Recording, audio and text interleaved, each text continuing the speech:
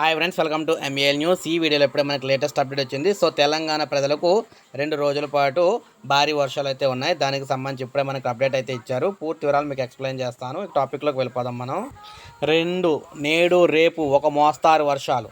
ఉత్తర కోస్తా ఆంధ్రపై గాలులతో ఉపరితల ఆవర్తనం 1500 మీటర్ల ఎత్తున ఏర్పడిందని, దీని ప్రభావంతో ఆది సోమవారాల్లో తెలంగాణలో అక్కడక్కడ వర్షాలు కురిసే అవకాశాలున్నాయని వాతావరణ శాఖ తెలిపింది. ఆదివారం బంగాళాఖాతం ఆగ్నేయ ప్రాంతంలో, అండమాన్ దీవుల సమీపంలో నైరుతి రుతుపవనాలు ప్రవేశిస్తాయని కూడా ప్రకటించింది. ఇవి వచ్చే నెల 8 నాటికి తెలంగాణలోకి వచ్చే సూచనలు ఉన్నాయని ఉంది.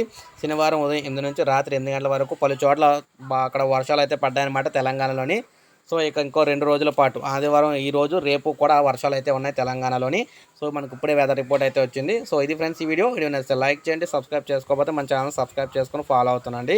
ప్రతి అప్డేట్ కూడా, అంటే వెదర్ రిపోర్ట్ వచ్చిన ప్రతిసారి కూడా, తెలంగాణలో ఎప్పుడైతే వెదర్ రిపోర్ట్ అయితే వస్తుందో వచ్చిన ప్రతిసారి కూడా మన ఛానల్లో వీడియో అయితే అందించడం జరుగుతుంది. కాబట్టి మీరు సబ్స్క్రైబ్ చేసుకుంటే ఈ వర్షాలకు సంబంధించి మీకు ఎప్పటికప్పుడు అప్డేట్ అయితే ఇస్తూ ఉంటాను.